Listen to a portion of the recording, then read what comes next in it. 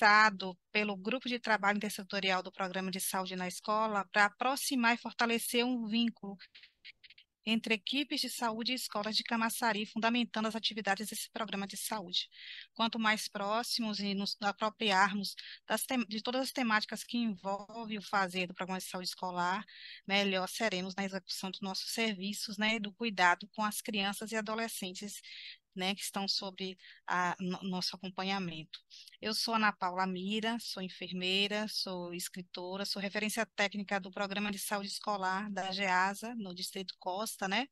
Antes era só Vila de Abrantes e Monte Gordo, agora somos um único, né? Quero agradecer muito ao convite de Cláudia Pereira, do GTI, para essa mediação dessa palestra. E hoje nós temos um tema extremamente importante, que é sobre a saúde mental dos educandos. Esse tema será conduzido por Elizabeth Souza Dantas, que já está aqui presente. Prazer em conhecer, Elizabeth. Prazer enorme.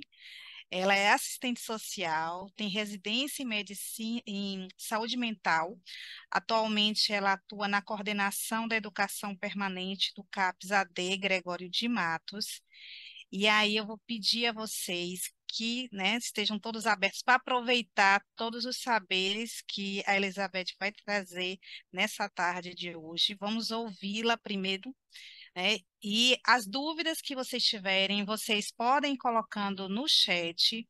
Eu vou estar aqui no cuidado de estar anotando, tá bom? As dúvidas, as perguntas, alguma coisa. E aí, no final, quando a Elizabeth terminar, o que ela vai trazer para a gente, que eu estou aqui super animada, empolgada para lhe ouvir, viu? E aprender muito com você. E aí, no finalzinho, eu vou estar pegando essas perguntas e a gente vê quantas a gente pode estar fazendo, tá bom, Elizabeth? Então, a gente tem aí mais ou menos uma hora para a gente estar fazendo esse trabalho. Seja muito bem-vinda, boa fala. Ô, Ana, muito obrigada. Obrigada, Ana. Obrigada, Márcia. Obrigada a todos, todas e todes. Boa tarde. Eu me chamo Elizabeth, né? Já fui devidamente aí apresentada. Eu trabalho no CAPS Gregório de Matos, né? Que é um serviço docente assistencial. É um projeto da UFBA e conta com a parceria da CESAB, a Secretaria de Saúde do Estado da Bahia. E essa parceria consiste exatamente na realização de alguns espaços de formação, na verdade de troca, né? Porque sempre que a gente viaja para o município para discutir algum tema ou discutir algum caso, a gente acaba aprendendo muito, né? A saúde mental acho que nos permite isso, né? Essa criatividade, não apenas da saúde mental, mas já que é o lugar de onde eu falo, né? Essa criatividade, essa disponibilidade, inventividade. Então, a gente sempre sai dos locais, acho que muito mais levando do que deixando. Mas eu espero que, assim, nessa tarde de hoje, a gente possa trocar, né? A gente possa conversar, sobretudo, porque se trata de um tema complexo, eu não vou trazer aqui nenhuma verdade absoluta, na verdade, são considerações iniciais, reflexões. O CAPS em que eu trabalho, né? Um CAPS que atua com pessoas adultas,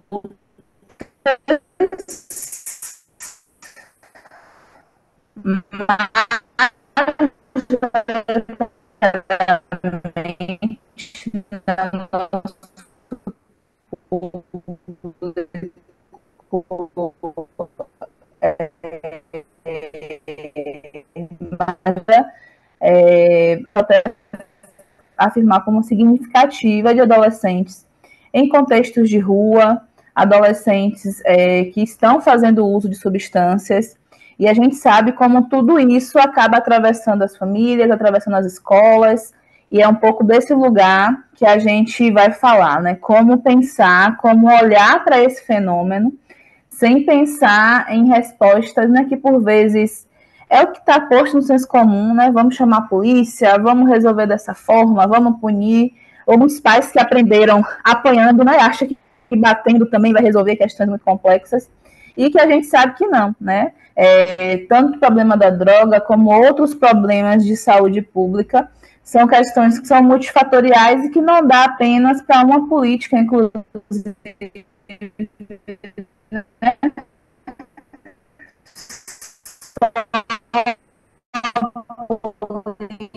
política, de educação, políticos de atravessamento aí, que a gente sabe que são muito profundos. Então, vou tentar aqui compartilhar um slide, gente. Permitir. Vocês me dizem se vai aparecer. E, pessoal, se ficar muito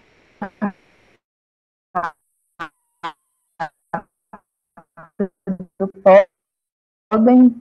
Vocês estão bem? Estamos.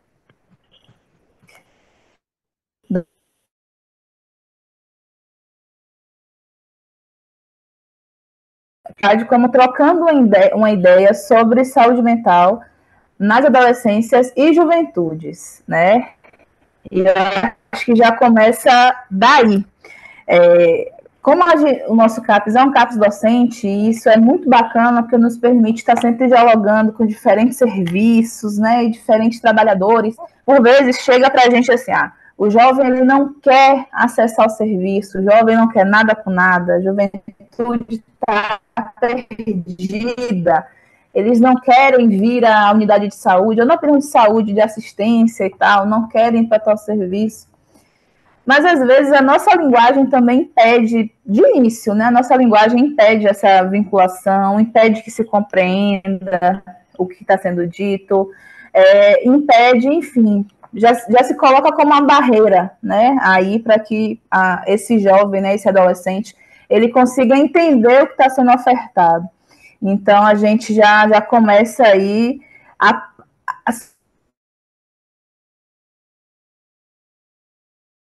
que trabalhar com juventudes, né, trabalhar com adolescências vai requerer da gente um esforço, né? Não dá para chegar nesse jovem com a linguagem muito rebuscada ou num tom de se você não fizer, tudo vai dar errado na sua vida, né?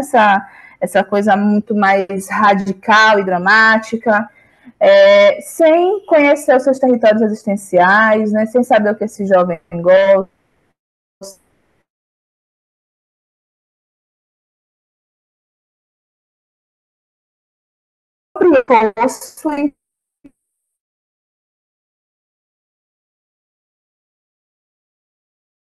Diante da realidade, né? Cada um aqui vem de um local, vem de uma realidade. A gente sabe que as nossas graduações nem sempre nos preparam, né, para lidar com a complexidade do mundo. Então, vai demandar da gente esse esforço aí coletivo de estar sempre pesquisando. As teorias, sim, são importantes para nos fundamentar, mas também, sobretudo, aprendendo com esses jovens, né? Porque eles têm muito a nos ensinar. E é um pouco do que a gente vai conversar aqui hoje. E aí, a gente utilizou um material, né, para a construção desses slides, que é um curso que está sendo ofertado pelo UNASUS, que eu recomendo muitíssimo que quem puder fazer, né, faça. É um curso muito bacana, com a carga horária bem extensa, inclusive, de 180 horas, que traz aí muitos elementos para a gente pensar, né, referenciais aí muito sólidos, de pesquisadores do âmbito aí das infâncias e adolescências, numa perspectiva crítica, ética, de compromisso com esses jovens e de compromisso com uma outra forma de lidar, né, e uma outra forma também de sociedade. Eu acho que a gente vivencia, e vamos falar disso aqui mais para frente, vivenciamos um momento que não se restringe a hoje, né, porque já é histórico, mas que hoje a gente precisa pensar o que fazer a partir disso, né, que é da morte prematura de diversos jovens.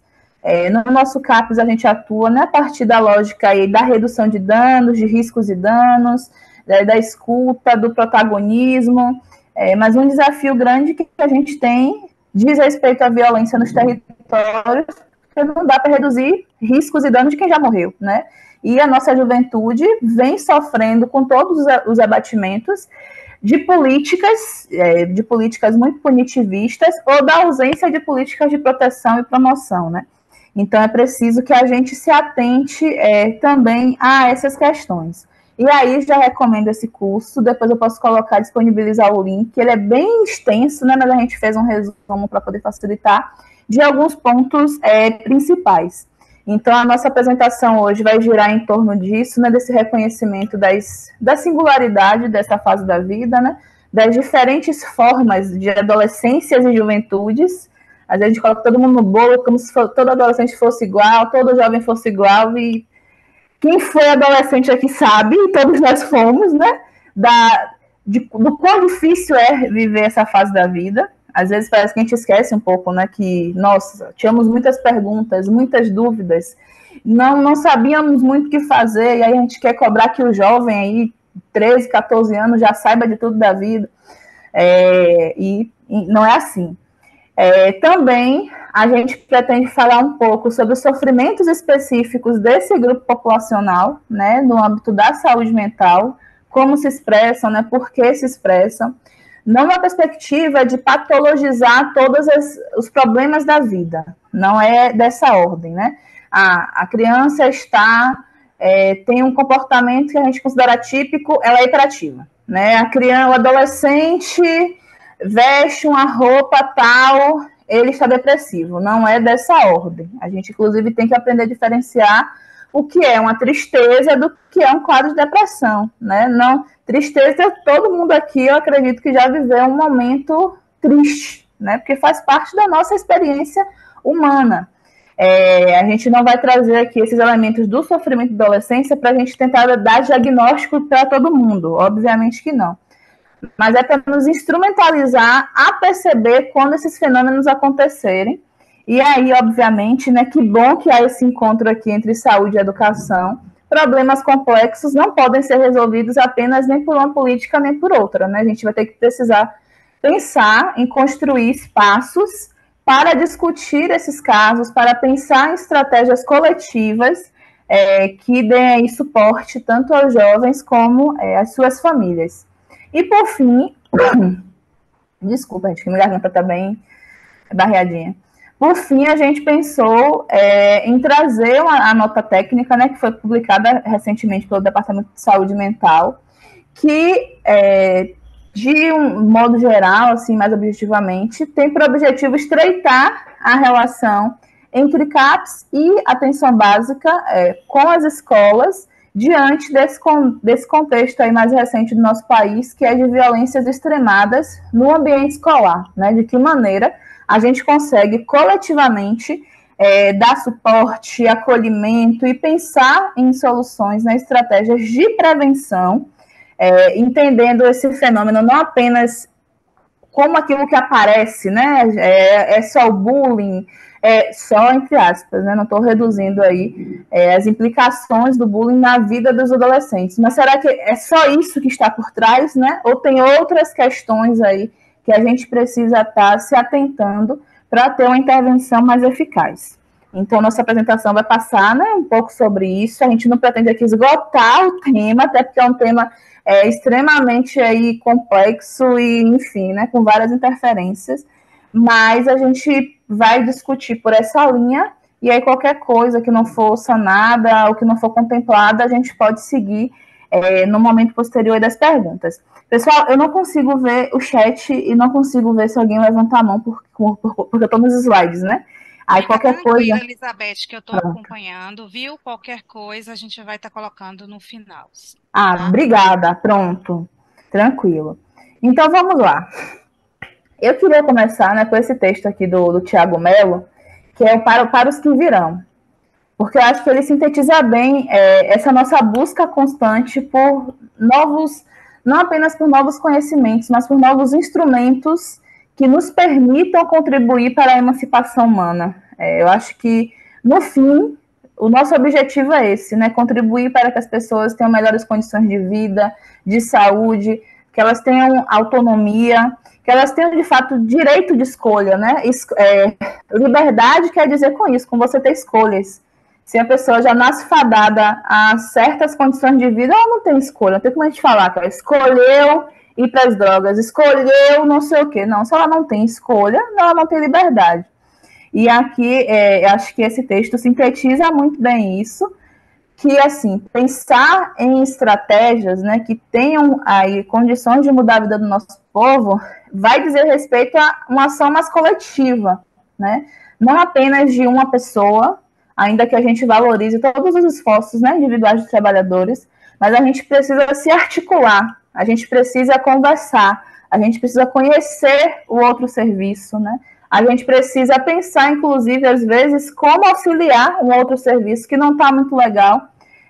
Por vezes nos colocamos muito no lugar de apontar o dedo, né? O CRAS não funciona, né? O CREAS não presta, né? Atenção básica não sei o quê. E a gente tem os desafios que esses profissionais nesse serviço estão vivenciando. E aí eu acho que um texto, né, que fala muito bem disso, e aí diz o seguinte, né? Para o fim, como sei pouco e sou pouco, faço pouco que me cabe, me dá que não vou ver a mulher que quero ser. Já sofri o suficiente para não enganar a ninguém, principalmente aos que sofrem na própria vida a garra da opressão e nem sabem.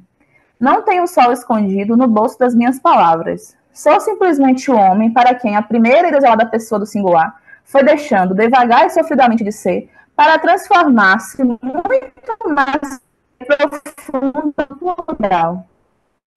Não importa que doa, é tempo de avançar de mão dada com quem vai no mesmo rumo, mesmo que longe ainda esteja de aprender a conjugar o verbo amar. É tempo, sobretudo, de deixar de ser apenas a vanguarda solitária de nós mesmos.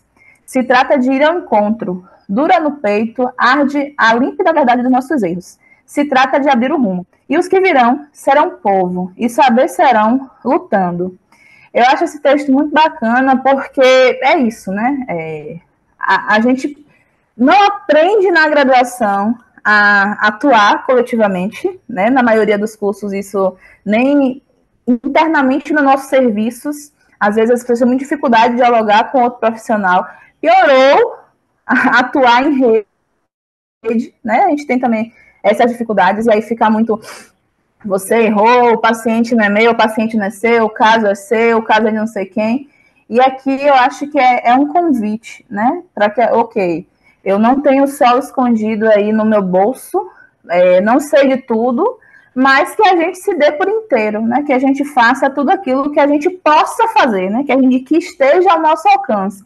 Porque por vezes há. Né? Às vezes a gente está só esperando, meu Deus, condições ideais, ter muito mais serviço, mais equipamentos, só que a gente não se atentou ainda de quais são os equipamentos que tem no território, a gente ainda não conhece realmente, né, quem são as pessoas que a gente atende, a gente não conhece as relações que existem ali. Então, por vezes, é possível fazer uma intervenção, mesmo sem ter um determinado dispositivo que a gente acha que seria ideal. Não estou anulando, obviamente, a importância de dispositivos. Acho que a gente deve seguir articulado. Mas, ainda, né, se ainda não existe, que a gente faça o melhor que a gente puder fazer. E penso que essa articulação, e que bom, né, que esse encontro acontece entre vocês, entre saúde e educação. Infelizmente, essa não é uma regra, não é em todo lugar que isso ocorre. Tem uma potência muito grande, né? Tem uma potência gigantesca. E aí, né, vamos discutir um pouco sobre essas juventudes e essas adolescências, né, no plural, não é à toa que está no plural. Primeiramente, né, que a OMS, enfim, existem diferentes formas aí de definir as juventudes, quando começa, quando termina. Então, para a OMS, enfim, na adolescência vai dos 10 aos 20 anos, já o ECA diz que é dos 12 aos 18 incompletos. Aí o Código Civil, né, que afirma que se atinge a maioridade aos 18 anos, o Estatuto da Juventude, né, oficializa a juventude dos 15 aos 29, enfim, tem diferentes formas aí de definir quando começa, quando termina, mas tem algo em comum, né, essa compreensão de que a adolescência é esse meio termo, né, entre você não é mais criança e você ainda não está totalmente desenvolvido enquanto pessoa adulta. E isso se dá porque a adolescência também é um fenômeno recente.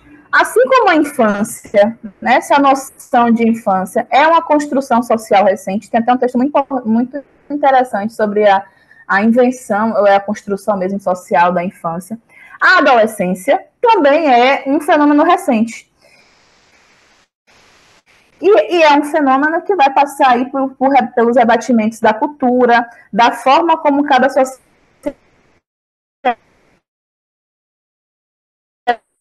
em texto esse jovem está inserido das demandas atuais do momento. Então, por exemplo, no pós-guerra, incluir adolescentes poderia ser interessante por conta da falta de mão de obra, né? De trabalho.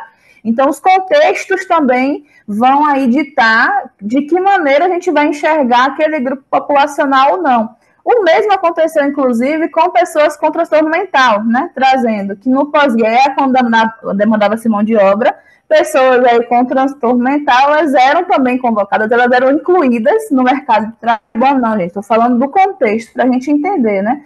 Porque havia uma demanda. Quando essa demanda ela passa a não ser mais algo que não há mais uma demanda, né? Esses sujeitos, e aí trazendo para a realidade das pessoas com transtorno mental, elas voltam a ser excluídas. Então, não há uma determinação social, as coisas elas são mutáveis, e aí a gente vai vendo de que maneira essas interferências vão rebatendo na vida dos jovens e dos adolescentes. Também, eu acho muito interessante, já essa juventude está perdida, todo mundo é igual. Pelo amor de Deus, ninguém é igual. Dois irmãos não são iguais, né? Imagina a gente reduzir um grupo gigantesco populacional a padronizações, né? Não faz sentido. As diferenças de raça e cor são muito determinantes na forma como esse jovem vai experienciar a sua vida. Então, um jovem branco, né, de classe média, que os pais conseguem custear, sei lá, um veículo para buscar na escola. Esse jovem, ele vai ter sofrimentos específicos, né? Que é diferente, eu não estou falando que ele vai ter sofrimento, falando que eles vão ter, vai ter uma singularidade aí. É diferente de um jovem negro de periferia, sem saber se vai tomar um tiro ou não, né? Que a mãe, desde pequeno, fala, saia com RG, não abra mochila no mercado, não saia de capote, não coloque um capuz na cabeça, porque você pode ser, entre muitas aspas, confundido. A dimensão do sofrimento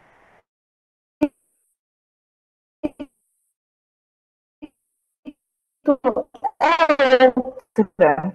Né? Não estou falando que um é maior que um. Então, é realmente muito importante para a gente pensar nas experiências das adolescências, né? Se você tem uma estética que é valorizada, né? Cabelo liso, grande,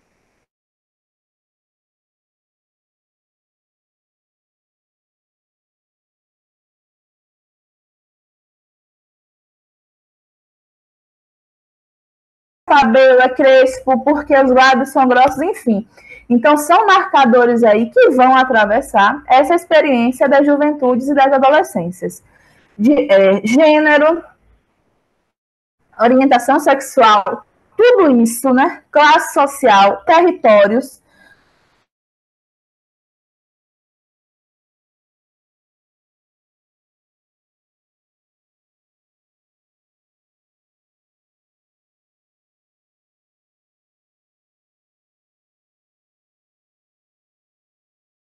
Ele não sabe se ele vai votar. Ele não sabe como serão as coisas, né? Às vezes não está na governabilidade da escola conseguir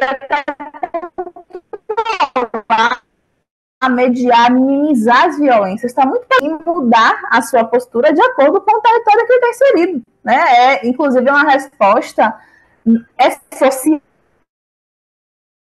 a eventos aí de um território muito marcado pela violência, né? Isso pode acontecer, obviamente. Ou jovens, né, que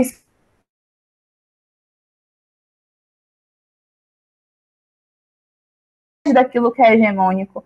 Se no ambiente escolar ou no território isso não é bem aceito, isso pode determinar a permanência na escola ou não, né? Então, enfim, como a gente está discutindo aqui sobre escola, juventude,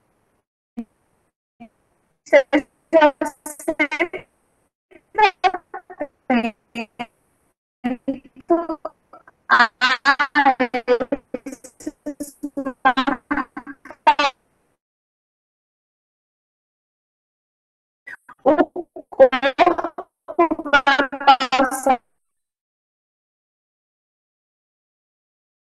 vão se reconhecer naquele corpo que começa a se apresentar, seja aí por pressões estéticas, seja porque eles não se reconhecem naquele gênero, E aí, a gente até já discutiu aqui, né? Esses padrões sociais que são super distantes de conseguir se alcançar, isso vai gerando sofrimento nos adolescentes e nos jovens, e dando para a gente caminhos de trabalho de articulação conjunta, que a gente pode precisar estar distante, tá? Não, padrão estético longe, não. Está provocando sofrimento no hoje, né?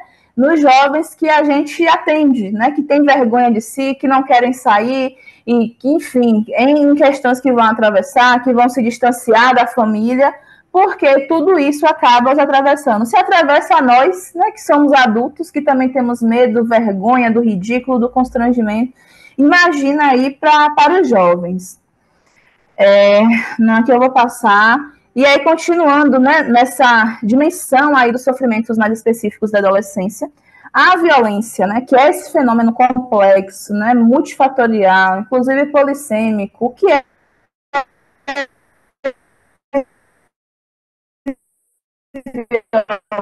violência? A violência física. Mas violência não é só isso, né? A violência do jovem não conseguir acessar a escola, né, do Estado que não se responsabiliza pela educação, ou que não pensa os seus territórios que são divididos, por exemplo, por facções e que as pessoas não podem acessar os serviços de saúde. Tudo isso também deve ser inserido no bojo da compreensão do que é violência. Mas se a gente reduz violência apenas enquanto agressão física, a gente vai olhar apenas para uma coisa, né? Não vai conseguir enxergar a totalidade desse problema, que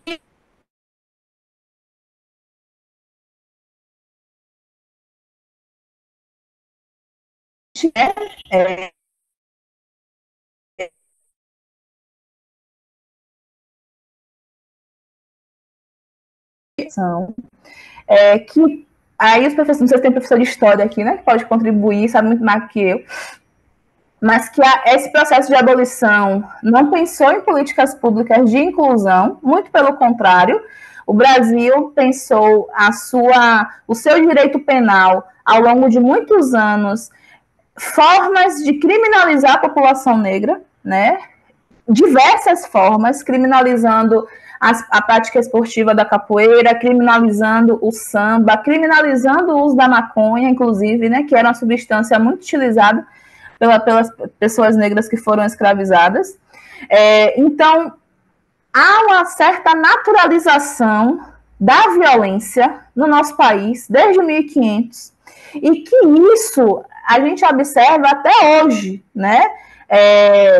A gente pode trazer para o micro, né, essa compreensão cultural que vai chegar para a gente nos serviços, né, dos pais que acham que não.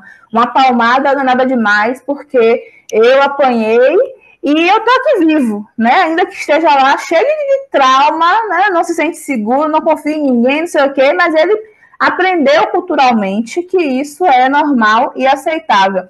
Mas não apenas nesse micro que aparece. Há toda uma sanha aí punitivista, de perseguição, de ódio a certos grupos do nosso país, que isso vem ao longo da história, mas que se materializa até hoje. E o jovem negro, né, o jovem negro e pobre, ele sempre foi colocado como alvo. Inclusive tem alguns textos, né, do Lombroso, que é considerado o pai da criminologia, que é do racismo científico, né, que ele afirmava que era possível identificar quem eram os criminosos a partir do seu crânio, né, a partir de certos traços físicos. E aí ele dizia, o criminoso nato é quem tem um lábio grosso, é quem tem o nariz largo, é quem tem não sei o quê, o cabelo crespo. Então, essa noção do criminoso a partir da construção social da figura da pessoa negra, isso a gente observa, lamentavelmente, até hoje. Então, o Brasil, a violência, segundo a professora Lilian, não sei pronunciar o sobrenome dela, mas ela tem livros muito interessantes sobre as raízes da violência. Ela classifica a violência no Brasil como algo endêmico, né, que já faz parte aí da paisagem, e que isso também vai repercutir na vida da população de maneira geral, mas também como jovem, ele vai acreditar que é possível mediar as relações, né? De que maneira eu vou resolver as situações se eu jovem, homem, me é estimulado que eu seja viril, que eu seja o brabo, inclusive as músicas falam muito disso, essa naturalização dos atos de violência a partir da música. Então, tudo isso, essa construção desse imaginário social, né, que naturaliza as violências, também vai repercutir na vida das juventudes e adolescências. E aí, né, trazendo alguns tipos, né, tortura, violência psicológica, né, como a gente falou, não é só violência física, discriminação, violência sexual. Infelizmente, a gente ainda convive com uma realidade de muitas situações de violência a jovens, né, e crianças, violência física, negligência e abandono, e a gente precisa estar preparado para entender o que é a negligência, né, o bullying, o trabalho infantil, tráfico de crianças. Eu acho interessante situar o trabalho infantil nesse contexto, porque as distorções de análise de realidade, por vezes, vão situar essa criança, né, que trabalha como uma guerreira, né, que quer ajudar a família. E se a gente parte desses pressupostos, não vamos, por exemplo, articular uma rede que poderia dar suporte a essa família, que poderia garantir a essa criança condições de estudar. Então, tudo vai passar pela forma como a gente compreende o mundo e se a gente enxerga que aquilo é violência ou não, né?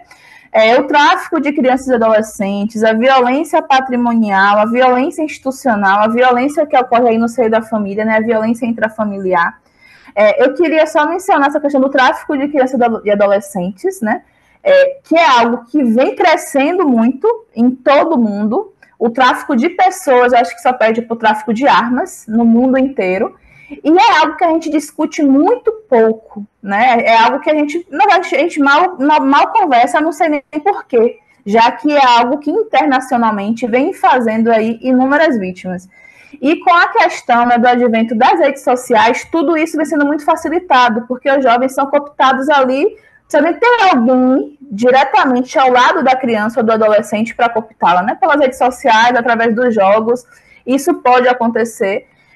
Muitas mulheres são vítimas, né, do tráfico humano, ou para fins de exploração sexual e do trabalho, ou também para fins de tráfico de órgãos. Então, é uma realidade que, enfim, está posta aí, infelizmente, e que a gente precisa se atentar. Por que eu falo isso? Porque, às vezes, no trabalho em CAPES, eu lembro que chegou um usuário que a gente já conhece há um tempo, que a gente sabe de uma certa predisposição, entre aspas, para acreditar nas pessoas, né? Não questionar. E aí, quando ele trouxe isso, eu estou conversando com uma pessoa que está me prometendo não sei o quê, trabalho, que está me prometendo mundos e fundos, a gente, opa, essa pessoa é real? Você já conversou com ela? Você conhece ela? E isso falando de uma pessoa adulta, né? Com crianças e adolescentes é preciso redobrar a atenção. E talvez não, acho que com certeza não papel nosso reforçar com quem os seus filhos estão conversando, que tenham atenção a essas ofertas aí muito generosas, enfim, é importante que a gente também converse sobre isso, né? A gente iniciou falando um pouco da redução de danos. A redução de danos é evitar que uma pessoa seja traficada também. Não tem como a gente pensar que isso não é papel da saúde, né? Não tem como a gente pensar que intervir nos casos de violência não é papel da saúde, porque os gastos, inclusive, decorrentes da violência comprometem absurdamente o PIB, né? Os gastos com medicação, com internação. Então, não tem como a gente pensar que a saúde está alheia a isso. Lógico que não. A gente precisa pensar, na verdade, em como articular formas de prevenir esses casos, né? De evitar esses casos. E aí tá, né? A violência, né? Além da possibilidade de provocar a morte propriamente dita, né? Pode provocar também vários traumas físicos e psicológicos. Então, assim, um jovem que vivencia um contexto de violência intrafamiliar desde a nossa tenridade, desde muito novo, né? Isso, naquele momento, pode parecer que não está acontecendo nada, mas, posteriormente, pode sim se manifestar situações físicas e psicológicas decorrentes desse contexto de violência. O mesmo se observa em quem reside em territórios muito violentos, né? Em territórios em que do nada tem que fechar a casa, tem que sair de casa, tem que ficar com medo de se vai ter uma bala perdida ou não. Obviamente que às vezes a pessoa está em outro lugar e ela está super hiper vigilante, né? Meu Deus, essa casa não tem grade, né? Meu Deus, será que alguém vai chegar aqui? Então, viver no contexto de violência, gente, vai sim repercutir na saúde física e mental das pessoas, né? Nós não somos uma ilha que tudo que acontece não vai ter rebatimentos na gente. Não, muito pelo contrário. E aí, jovens e adolescentes tem que ser, né, pautado no acolhimento, em validação daquilo que está sendo dito, né? Não nos cabe aí, será é verdade mesmo? Você não está mentindo, não? Se a gente faz, a gente já desarma, né? Quando a gente conversa muito lá no CAPS, né? Quando o sujeito vai para o primeiro atendimento, que a gente chama de acolhimento, que até anotam o que vão trazer para a gente. Então, se a gente chega para o adolescente que está nos trazendo casos de violência e fala assim, pô, mas você também, né? Você também procurou. Tudo isso que invalida o que ele está trazendo, obviamente que vai criar uma barreira. E aí, né, a depender do caso, né, cada caso é um caso, violência física, a gente tem o dever de comunicar nas instituições, com muito cuidado para evitar a revitimização e também entender que situações como essa a gente vai precisar, vai demandar uma articulação intersetorial. Não é possível que apenas uma política, né, dê conta de tudo isso. Aí, falando ainda dos sofrimentos específicos dessa fase. Ana, depois tiver de encerrar, que é para não... Ei, Jesus. É mesmo? E eu posso até quando? Porque tudo é mais ou menos 1 hora, né? Tá. Vamos ver se a gente... Tá bom? Tá, então eu tenho 15 minutos. Isso? Mais ou menos isso. Não, Isso vou correr. Vou ser objetiva agora. E aí tá, né, gente? Desses sofrimentos específicos, a gente falar sobre ansiedade, né? Ansiedade é uma relação que é uma relação normal, né? Diante a cenários que possam aí nos colocar em risco, né? Cenários reais ou imaginários. E aí,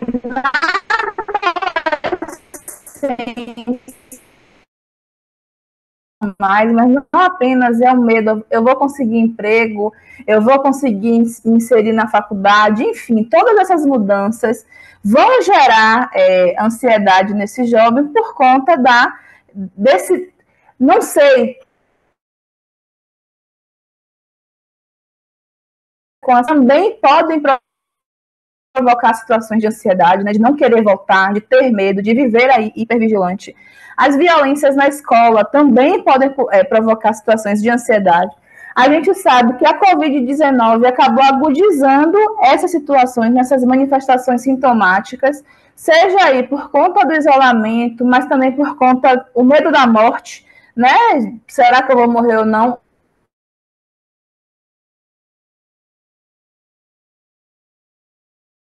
A voz, e que eles vivenciam essas situações aí de sofrimento, de ansiedade em decorrência desse momento aí atípico que foi vivenciado também. E aí, né, assim como, enfim, é preciso a gente diferenciar o que é tristeza do que é um quadro depressivo, a gente também precisa diferenciar o que é uma ansiedade normal, que todos nós vamos ter, né? A gente vai ter uma apresentação, um emprego novo e tal, a gente vai ter uma ansiedade normal, de um quadro que é patológico, né? E aí, nesses quadros em que a ansiedade já se exacerba, é que a gente vai precisar procurar serviços que possam dar suporte. Uma outra manifestação, né, através do uso aí abusivo de psicoativos. Primeiramente, né, que droga não é só cocaína, maconha e crack. A gente aprende que droga é apenas aquelas as substâncias que foram proscritas, né, as proibidas. Mas droga é qualquer substância que não é produzida pelo nosso corpo, que ao ser consumida vai alterar nosso funcionamento. Então, café, açúcar, enfim, tudo isso, chocolate, tudo isso é droga. As drogas psicoativas... Oi. Só pontuando aqui com você, fique tranquila, viu? A gente tem tempo ainda, tá bom? Tá disparada aqui já. Viu? Tá. Porque tinha me passado, mas assim, a gente tem tranquilamente para você estar expondo aí seu trabalho, não se preocupe, né? A gente tem um horário até as 4, mas, viu?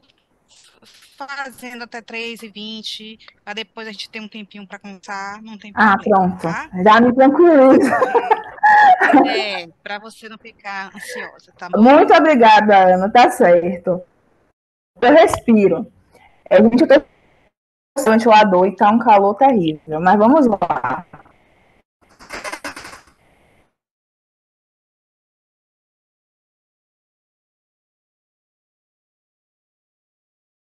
São aquelas que vão alterar nossa consciência, que vão nos deixar mais atentos, vão relaxar, né? Vão nos ajudar a relaxar. E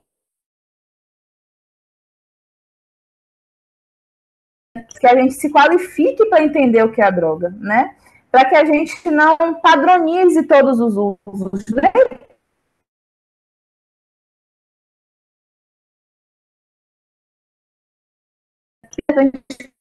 Café. Nem todo mundo que aqui, ó, quando não toma café, vai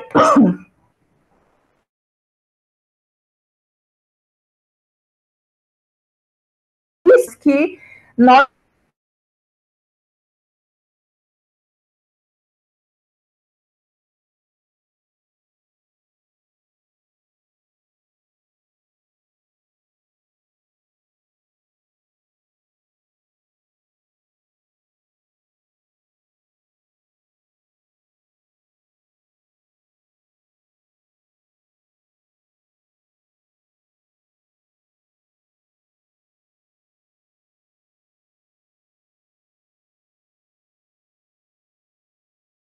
alguém falando inglês aí, não sei se é para mim. Tá. Conversando aqui. Tá. Achei que era só para mim, algum aviso. Como eu não sei inglês, meu Deus, o que está sendo avisado? Mas vamos lá. Essa proibição mais recente, né, que hoje a gente vivencia, a proibição do crack, da cocaína e da maconha, o discurso sempre foi também da preocupação com a saúde.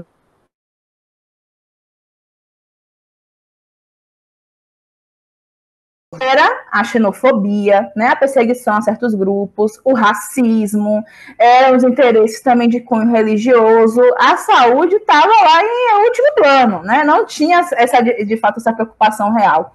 Até porque, se a gente analisa a questão das drogas, a substância que mais causa dano direto e indireto à saúde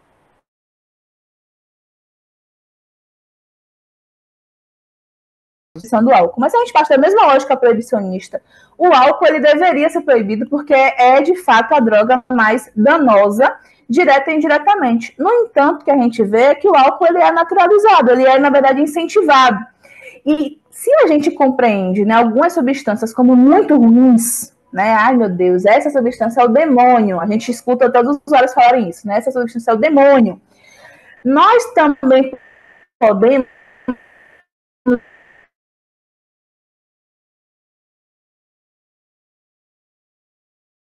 E aí, quando a gente acha que ele não tem mais jeito, a gente não investe nele, né? A gente reduz essa experiência da juventude apenas a droga, e isso é muito pouco. Se a gente se aproxima desses jovens para conversar, a gente vai ver que tem muito menino que pode até estar falando a maconha dele, só que ele é rapper, ele faz alguma coisa, ele articula o grêmio estudantil. Então, ter uma compreensão crítica sobre as drogas e sobre o uso de drogas é o que vai nos ajudar a ter uma intervenção mais eficaz. Porque apenas se pautar pela lógica do medo, né, por ações de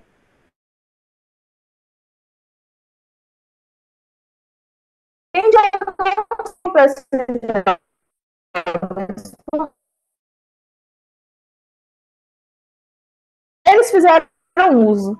Se a gente vai atuar apenas tentando impor que eles parem, é muito difícil.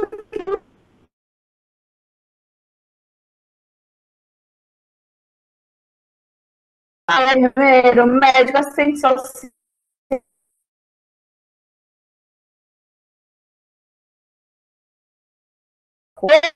esses jovens e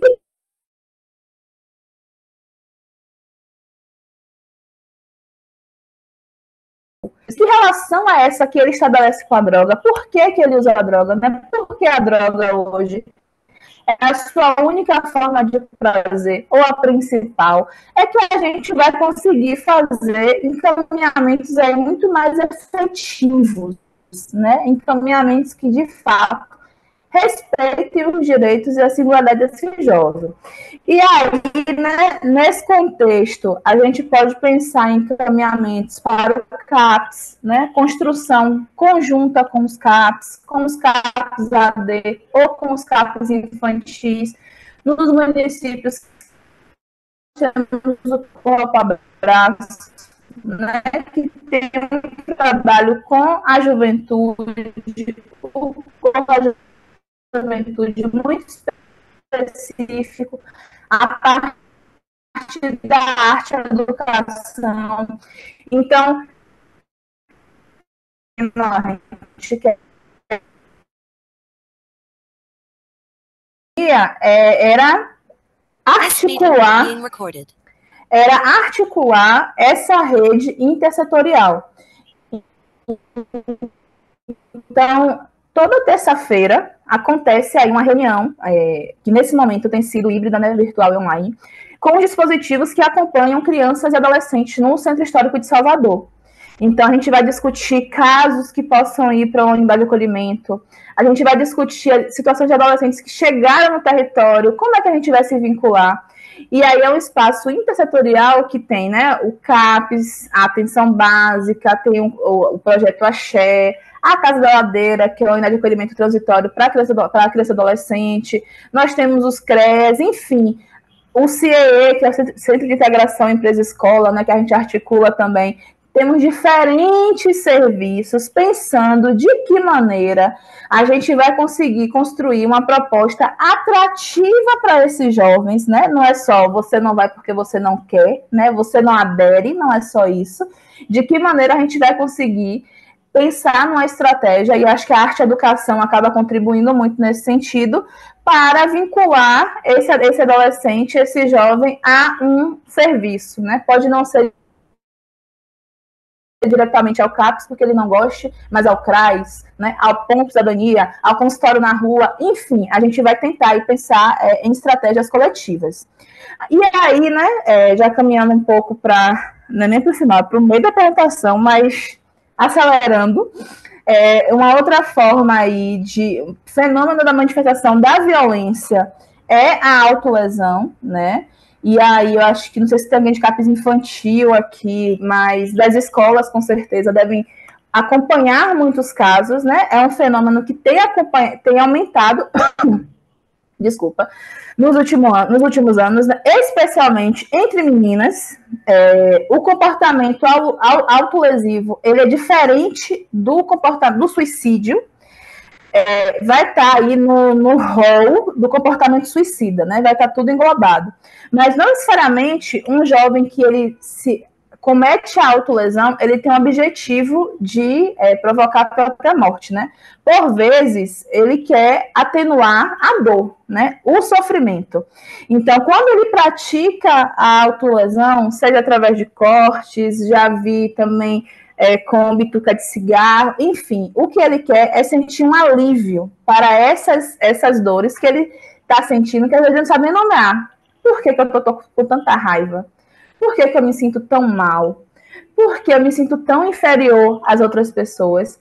E isso diz muito sobre esses outros elementos que a gente falou do início, né? Do racismo, das questões de orientação sexual, né? De identidade de gênero, do contexto familiar, das violências que podem acontecer. Então, é a forma que esse adolescente, que ainda não sabe elaborar muito bem o que está acontecendo, que ele vai externalizar a dor que ele está sentindo. Então, a gente costuma dizer que é um pedido de socorro, né? Um pedido de ajuda, né? que sim, o comportamento autolesivo pode levar ao suicídio, né? Intencionalmente ou não, mas que é preciso que a gente analise, né, o que está sendo dito através desse ato. E aí a gente coloca, né, que é necessário um exame, né?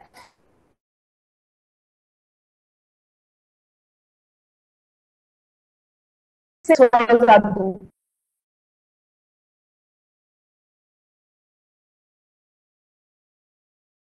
em família,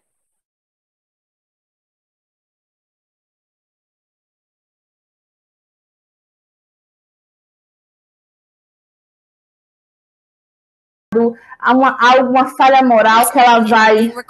Eita, que ela vai pagar. Não tem a ver com isso, né? Nosso campo aqui é da ciência. Então, compreender, né? Esse dado é indicativo de quê? Que países, né? Que as condições em que as pessoas vivem, elas vão ser determinantes para que a pessoa escolha viver ou não, né?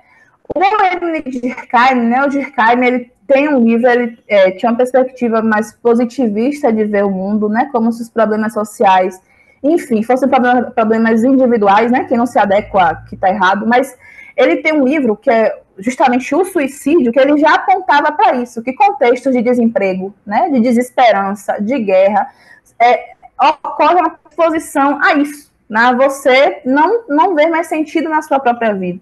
Então, essa compreensão do suicídio enquanto fenômeno não apenas individual, mas um fenômeno social, é extremamente importante para que a gente possa pensar que, assim, não basta só campanha, né, do Setembro Amarelo, por exemplo, não basta só isso, né, falar que o suicídio existe, mas que a gente precisa pensar como melhorar, como pensar, como lutar por políticas públicas que garantam melhores condições de vida para as pessoas.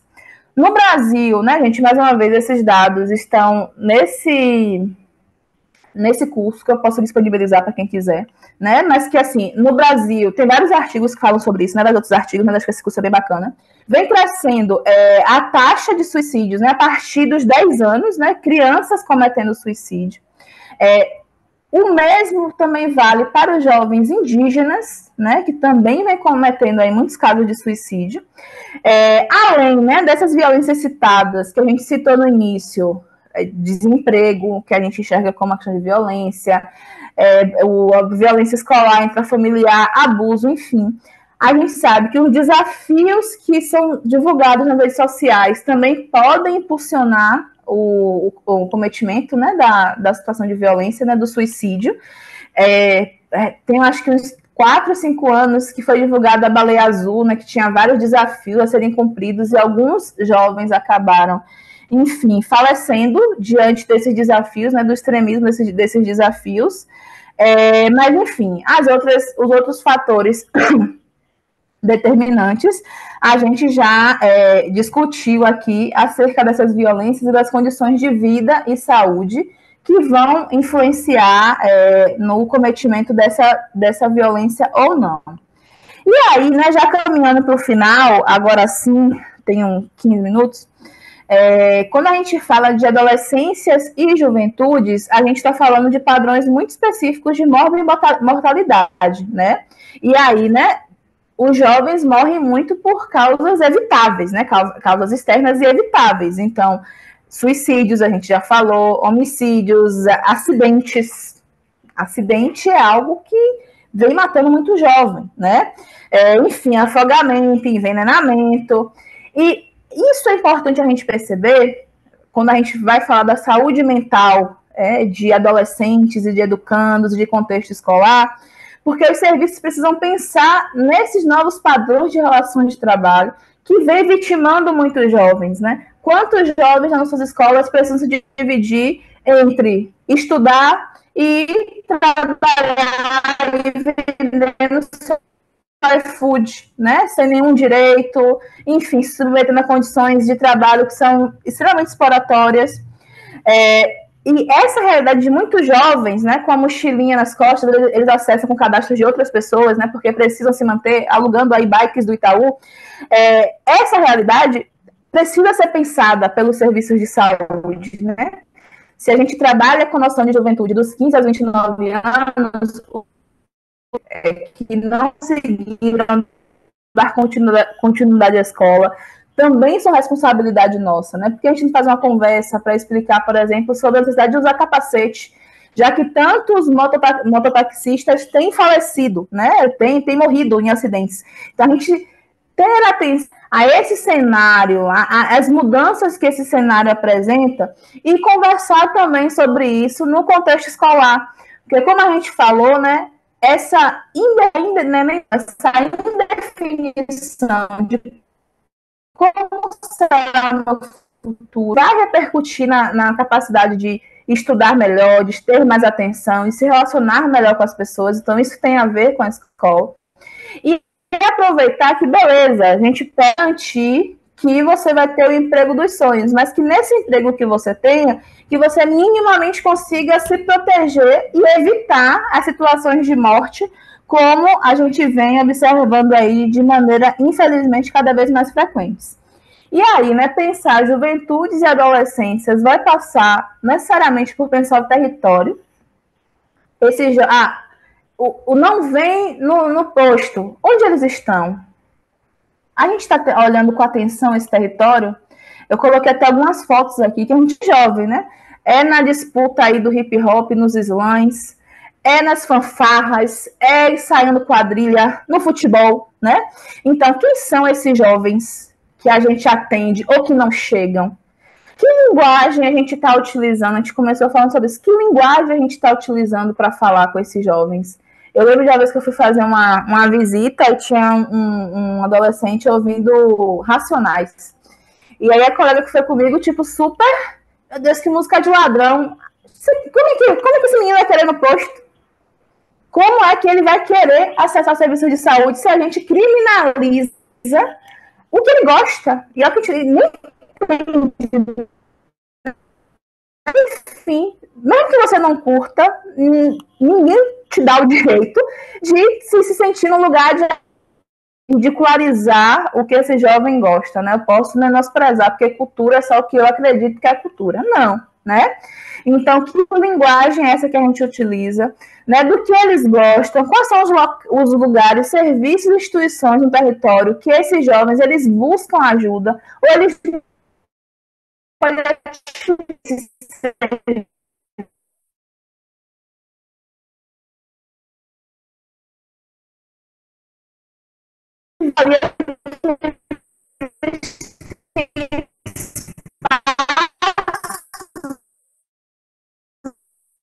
preferem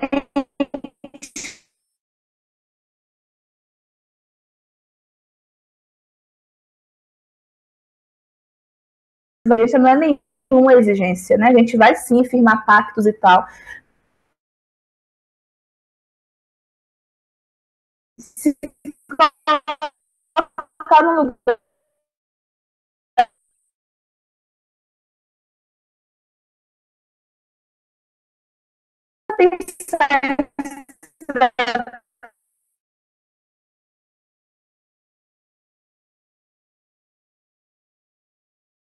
fazer uma ação mais eficaz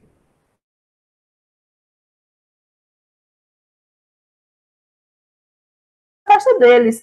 Estão aí nas torcidas organizadas e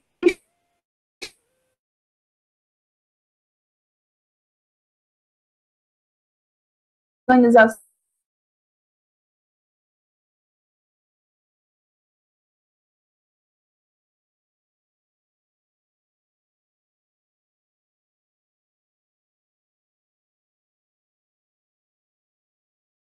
Com mais alguma aqui? Entendendo que é necessário mais espaço de discussão e aprendizagens, foi o que te passei agora, não foi? Acho que está falando mais sobre isso mesmo, de ter espaços de aprendizagem, o pessoal está colocando isso, né, sobre a discussão.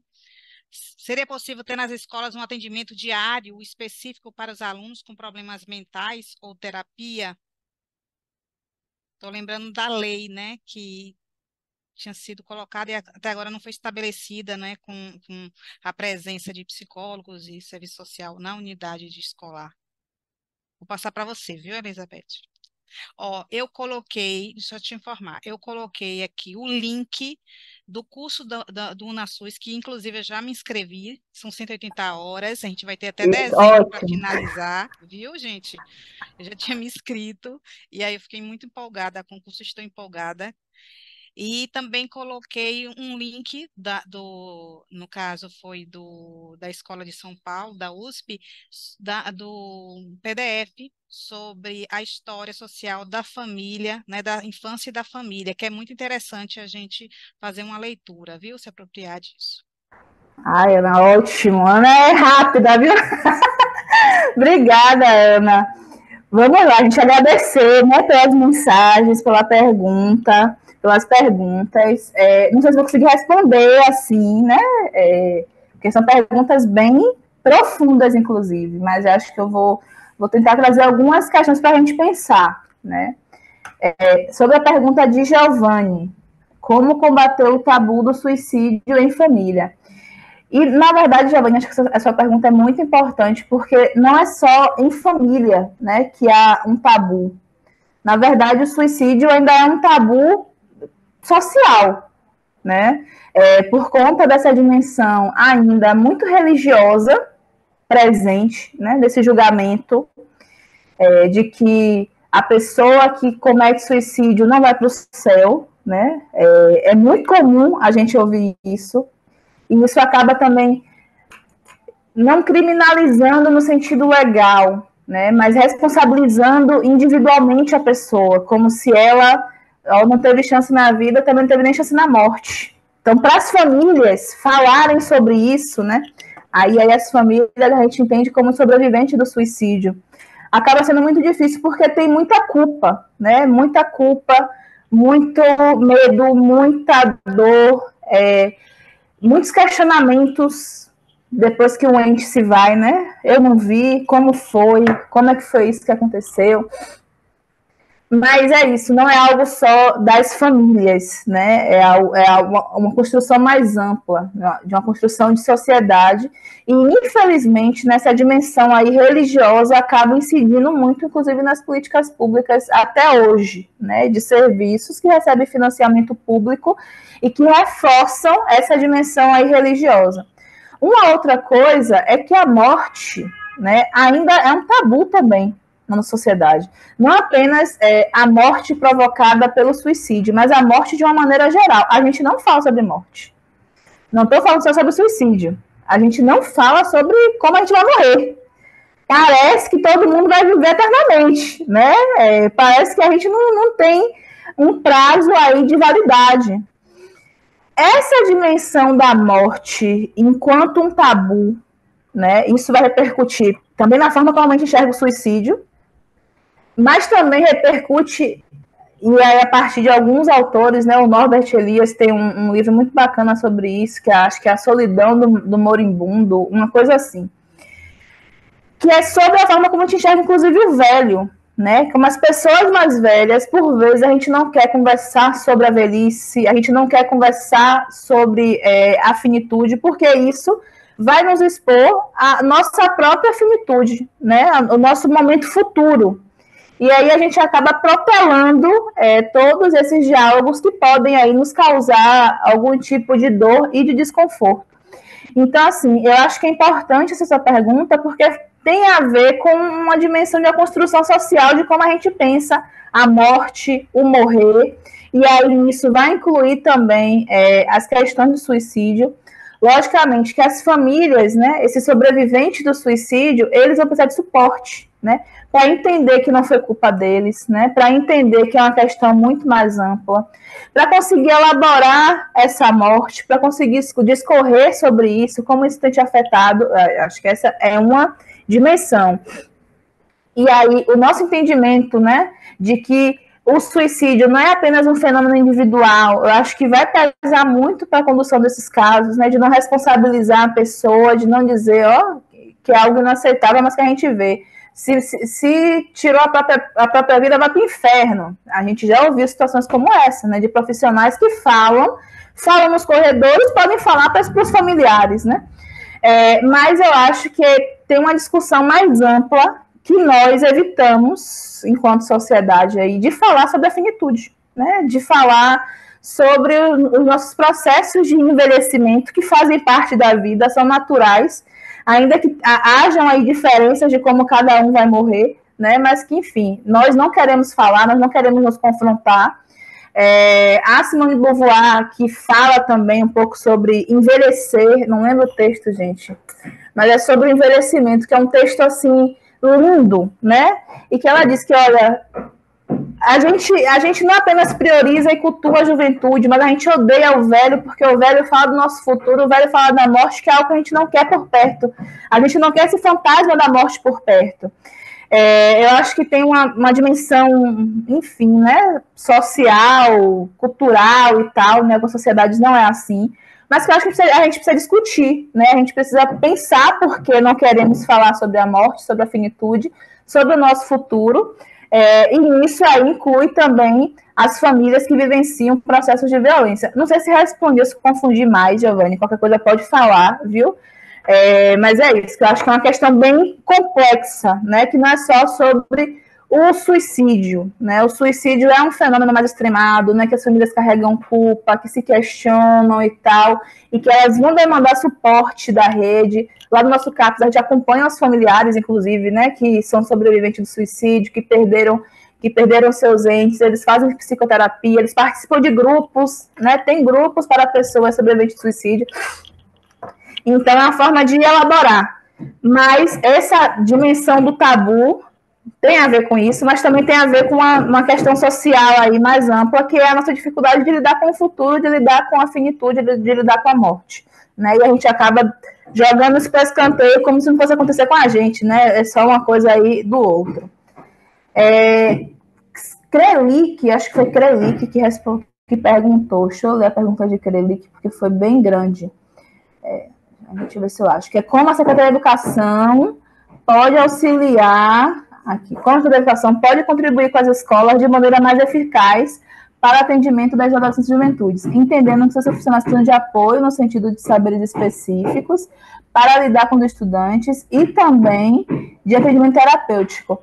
Krelic, eu acho que a Secretaria de Educação tem, a Secretaria de Saúde, né, tem uma multiplicidade de formas. A educação permanente e a educação continuada são estratégias legais, né, para a gente adquirir esses saberes específicos.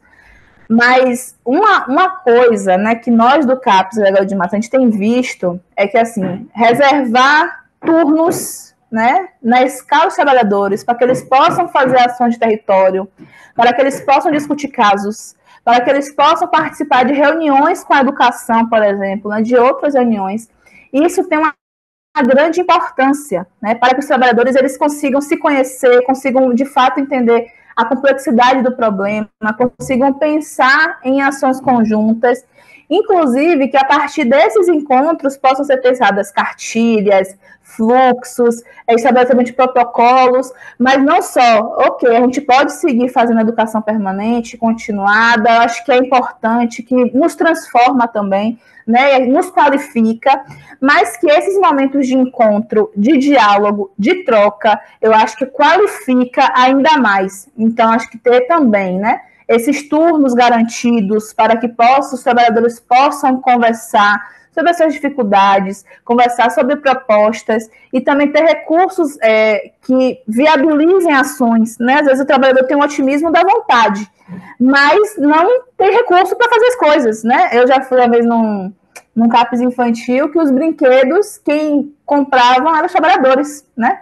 Como é que eles vão conseguir ações eficazes se não tem o recurso? Então, acho que a garantia do recurso, pensar em estratégias de formação, né, mais específicas, pensar nessa liberação de carga horária, um turno por semana ou a cada 15 dias, não sei, para articulação de rede, para dar esse suporte aos trabalhadores, né, aos estudantes, para construir junto, não sei, foram coisas que eu fui pensando aqui, que a Secretaria de Saúde pode estar otimizando, né? Elizabeth, e talvez... parece que Márcia Oi. quer falar sobre isso, Márcia, que você quer falar? Márcia Cosme.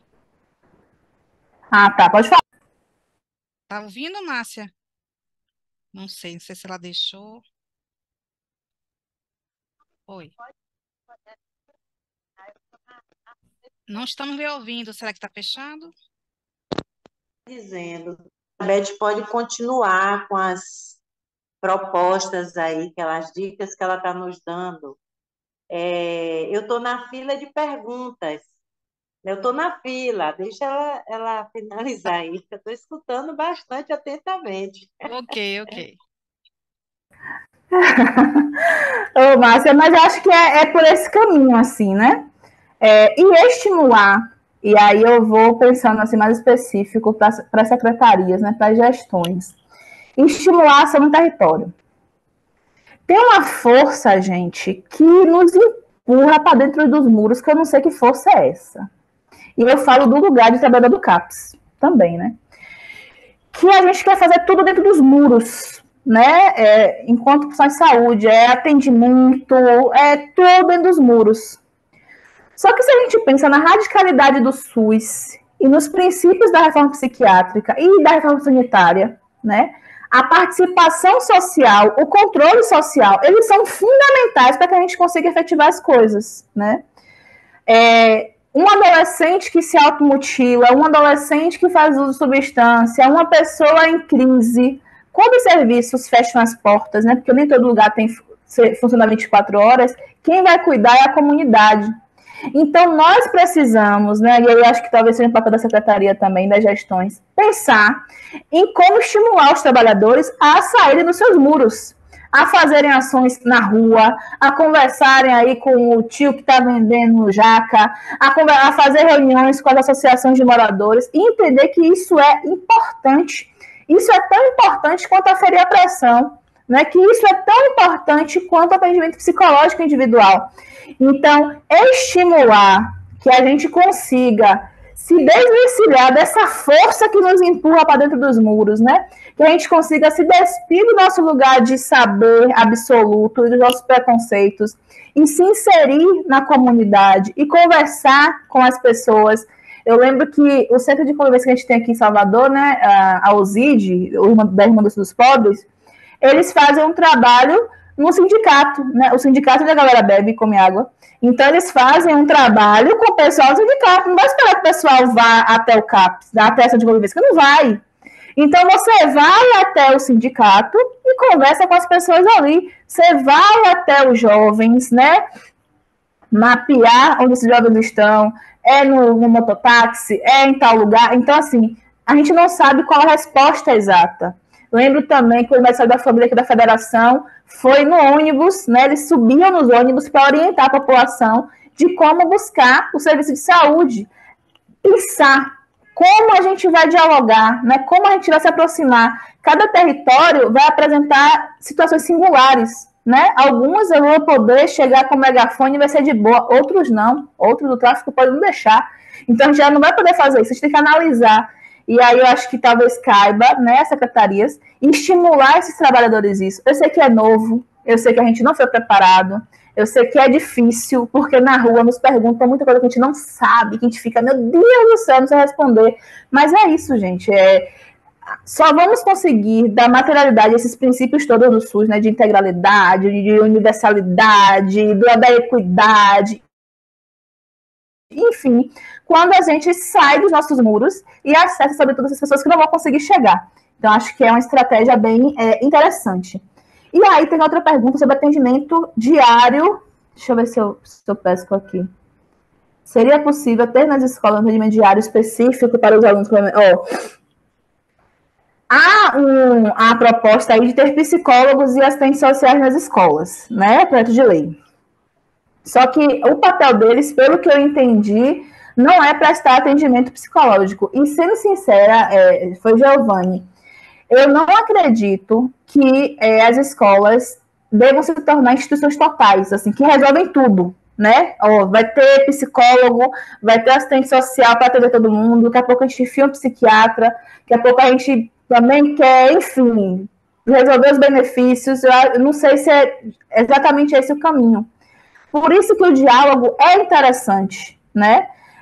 dialogar com os outros serviços para que possam acolher esse estudante, para que possam prestar o atendimento, o CAPS infantil, uma equipe multiprofissional, um centro de referência, ou às vezes, né, não precisa ser nenhum um serviço de saúde, pode ser um centro de convivência, né, pode ser um serviço que trabalhe com arte e educação, porque a gente tem atuado, né, na lógica da reforma, de tentar colocar tanto o transtorno como a droga entre parênteses, né? E aí a gente vai dialogar com aquilo que a pessoa deseja.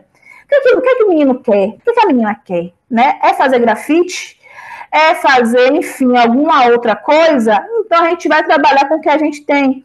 E se ele precisa, né, é indispensável um acompanhamento psicológico, né, depois de passar por uma avaliação, ele pode fazer em um outro local, que é bacana, inclusive, que ele faça em outro local, porque amplia essa rede de apoio e de suporte que ele vai ter. Porque quando ele sair da escola, né, quando acabar a fase da escola, não vai acabar, acredito eu, a necessidade de cuidado. Então, assim, acho que a proposta da psicologia de serviço social da educação, acredito que não seja para prestar atendimentos, porque a gente pode e deve estar fazendo essas articulações, né, da rede, do diálogo.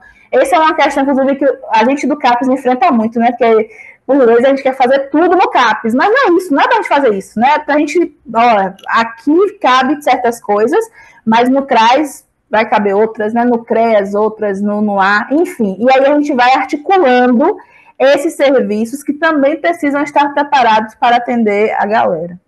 Pois é, a gente tem conversado um pouco, viu, Elizabeth Dantas? Conversado não, a gente está com o projeto Letras Saúde na Costa e a gente já está treinando, agora vai chegar para uns 16 agentes de saúde, né? Sobre mediação de leitura, no meio dessa história toda, também levantamento das histórias orais da região. E tem surgido essa proposta de ter, de repente, um clube de leitura com os adolescentes, por que não? Né? Não ficar só com as crianças pequenas.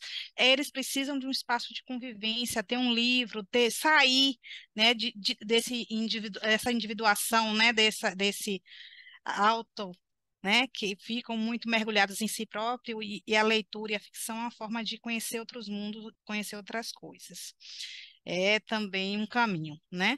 Eu estou aqui com Márcia na fila. Pronto, Márcia, pode agora fazer sua pergunta. Seja bem-vinda, Márcia Cosme, que é da saúde mental.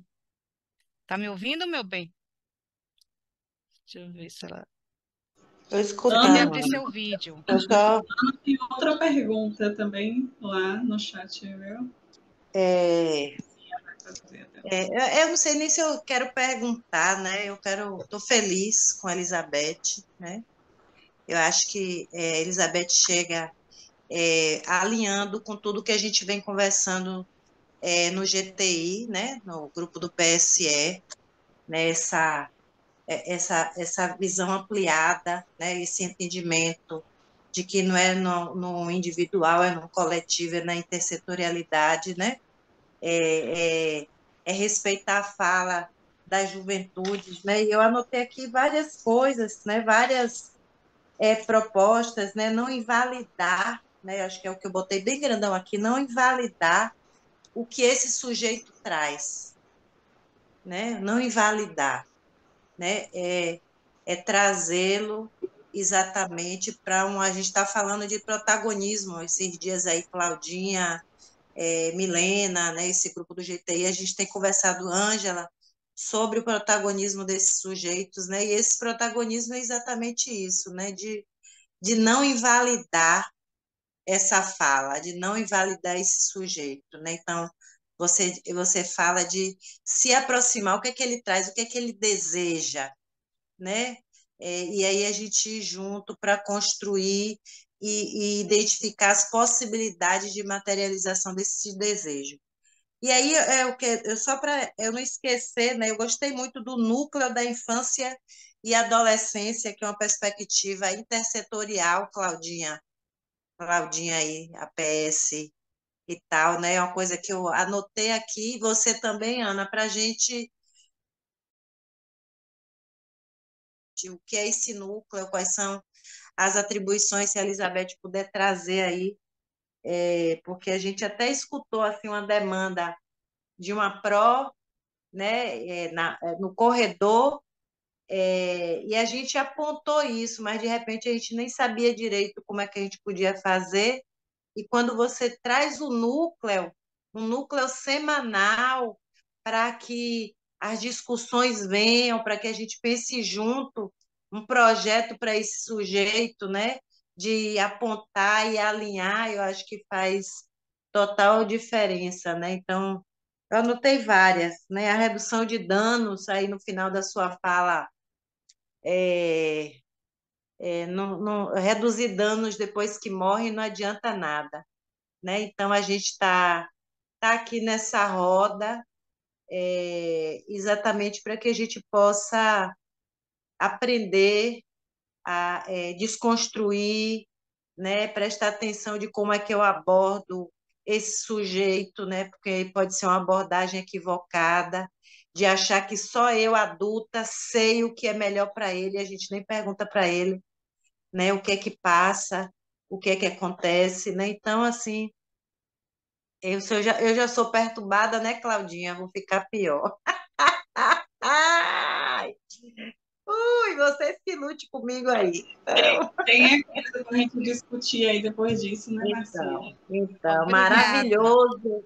Olha, Elizabeth, não foi. O bom é que eu estou mais feliz que não fui eu que disse, entendeu?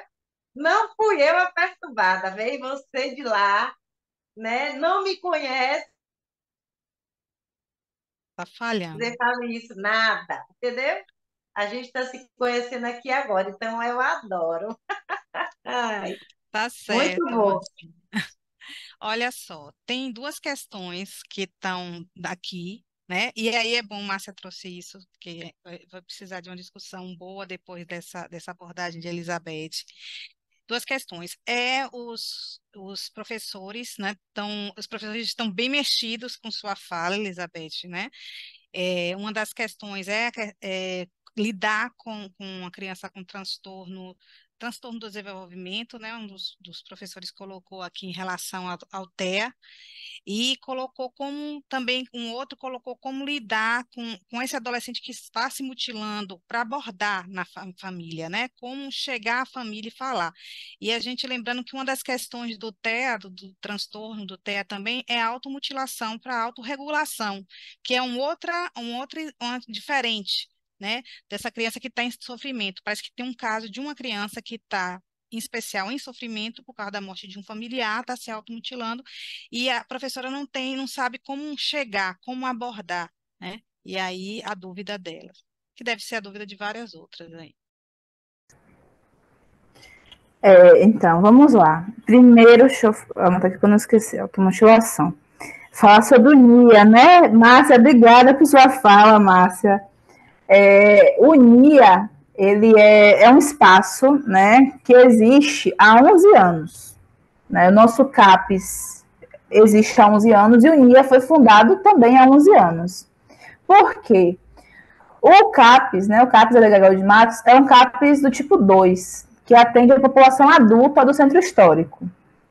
Só que o Centro Histórico de Salvador é um território muito singular, né, que vivem ali muitas pessoas em situação de rua, desterritorializadas, e que também chegam muitos adolescentes.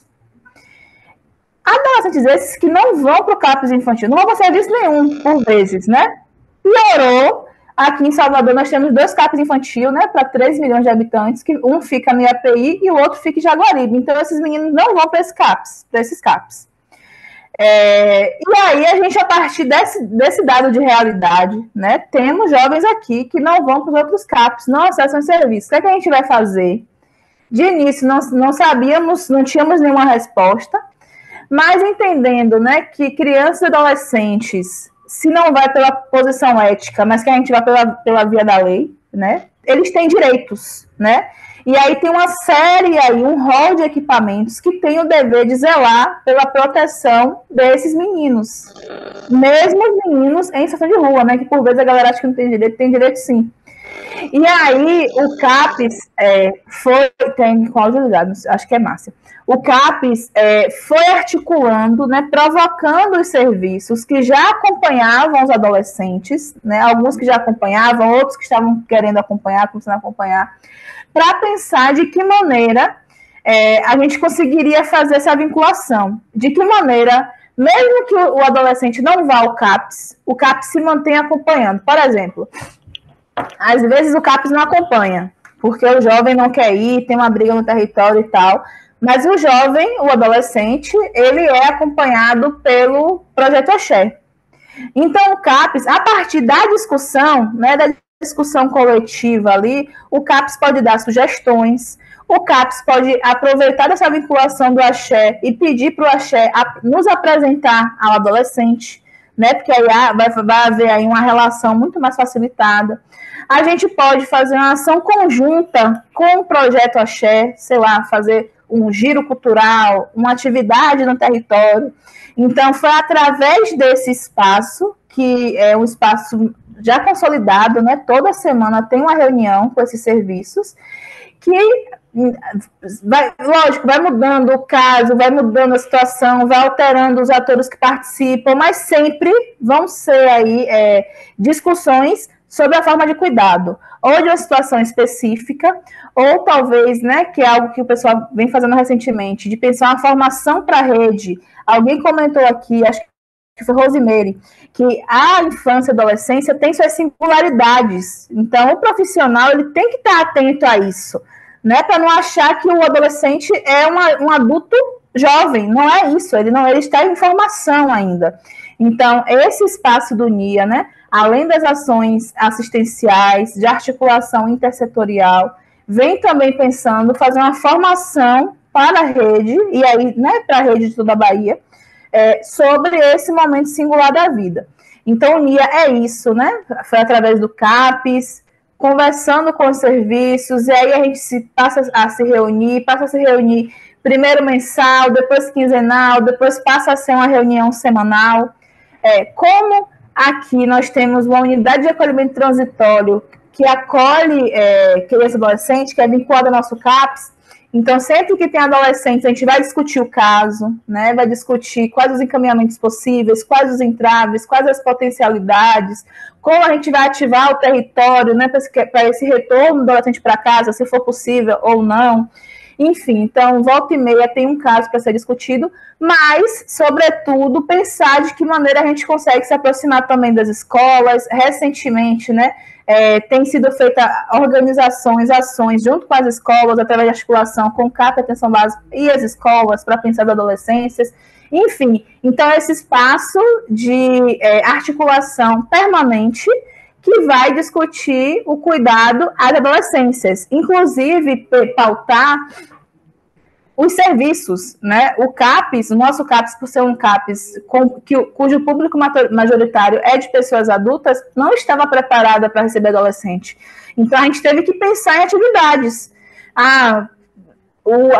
Sei lá, o grupo de alcoolismo, nenhum adolescente vai se interessar. Então, a gente vai fazer um giro cultural. E aí os meninos iam, né? A galera gostava do giro cultural, porque era um passeio pela cidade. O grupo de, não sei, saúde e cidadania, adolescente não vai se interessar. Mas o que eles gostam? Então, a gente vai fazer uma oficina de grafite. Então, a gente foi pensando também, né, através do NIA, tendo essa percepção de que precisávamos não adequar o adolescente ao que a gente já tinha produzido, e sim nos reinventarmos, né? Pensarmos formas aí de atraí-lo para o serviço, mas para aqueles que não querem ou não conseguem estar no CAPES, a gente também pensar em respostas para fora do território. A outra pergunta, deixa eu ver qual foi.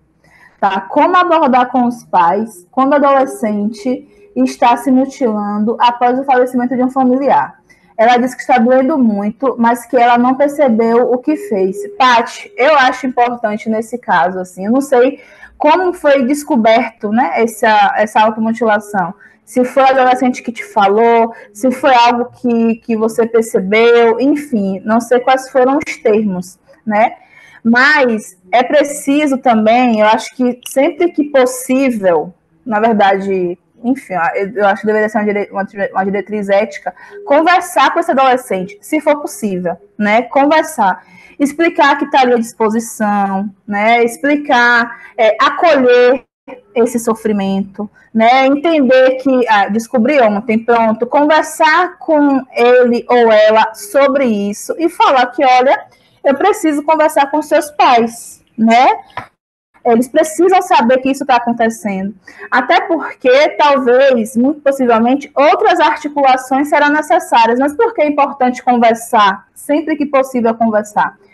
Para que a vinculação não se perca, né? Porque se você descobriu, se ela te contou, é porque ela enxerga em você alguém de confiança.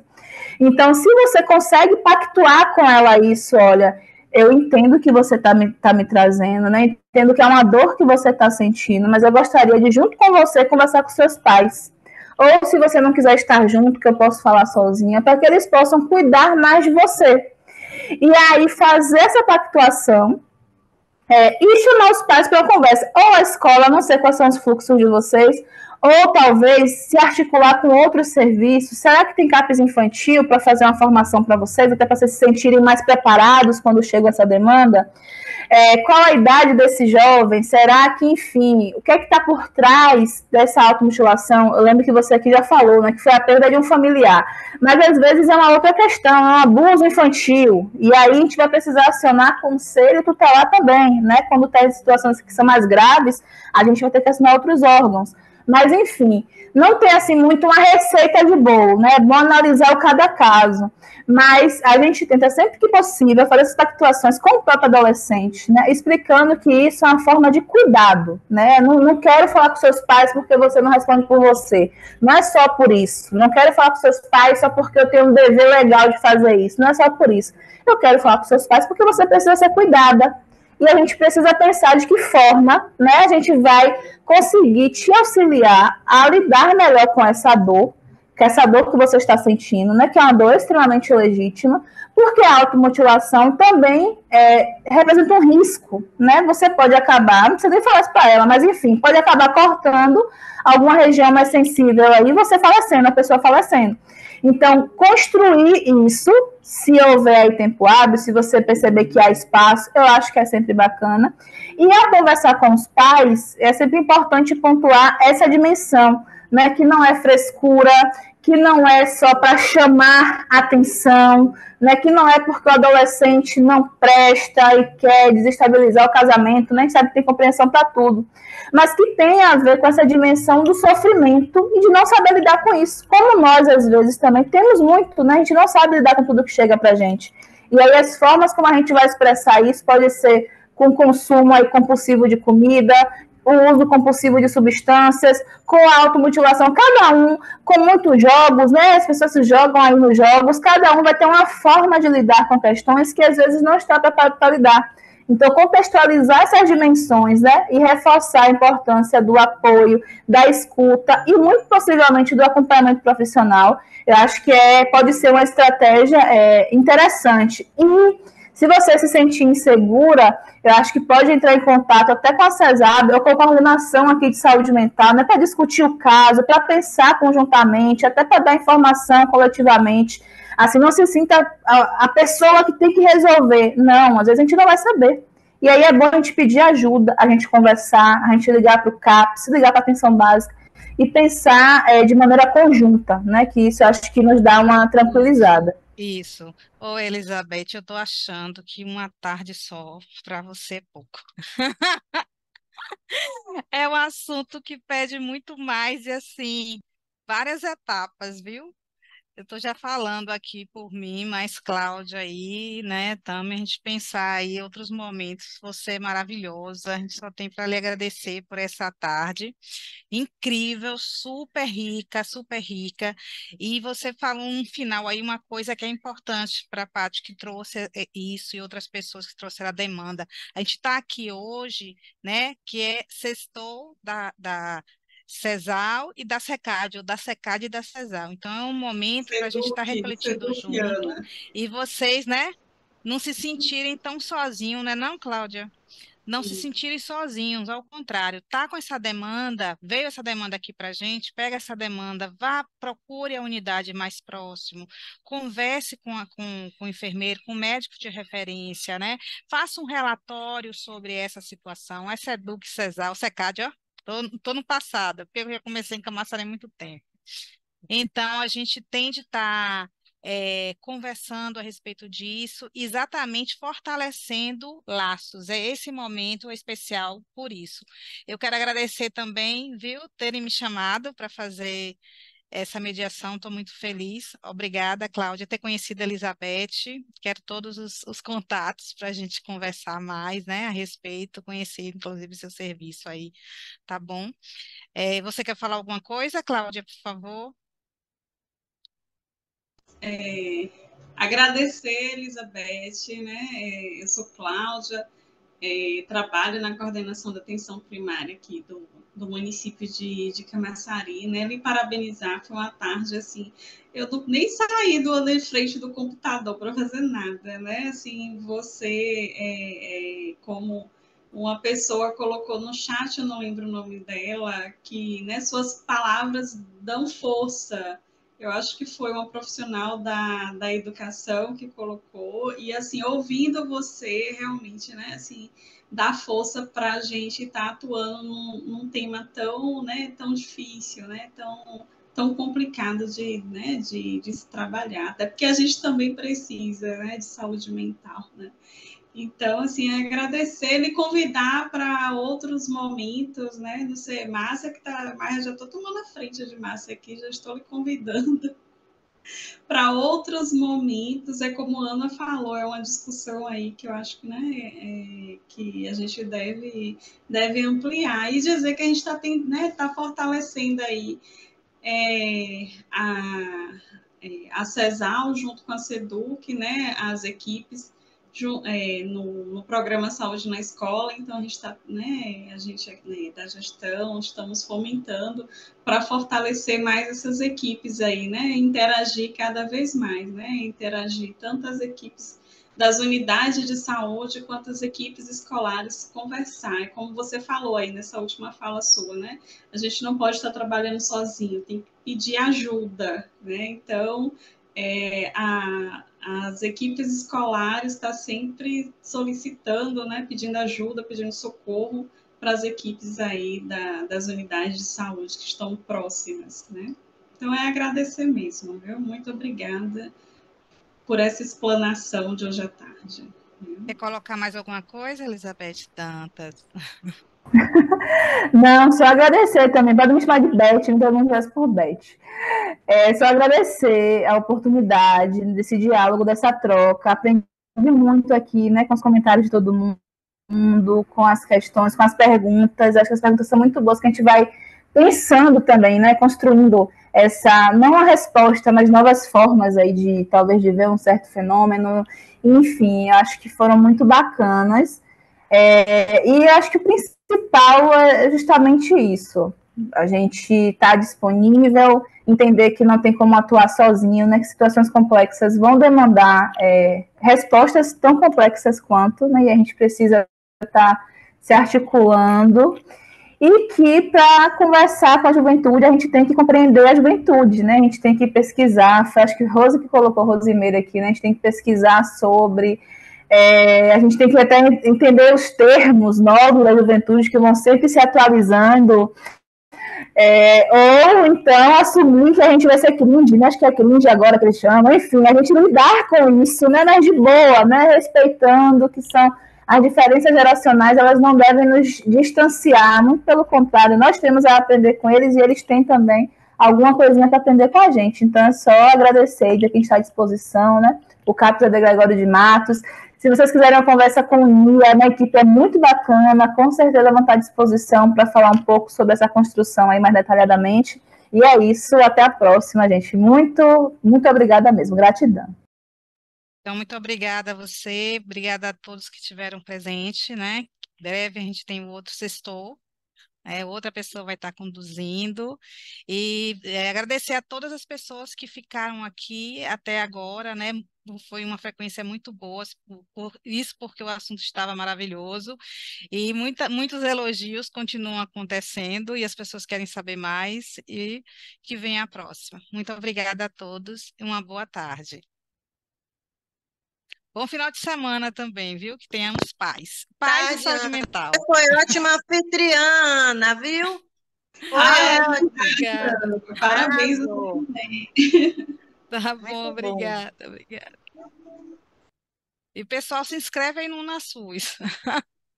o UnaSUS é ótimo, vale a pena mesmo. Tchau, tchau. Beijo, pessoal. Até a próxima. Tchau, Elizabeth. Obrigada. Tchau. Por nada. Tchau, Beth. Tchau. Beijão. Tchau, querida. Parabéns, viu? Obrigada. Tchau.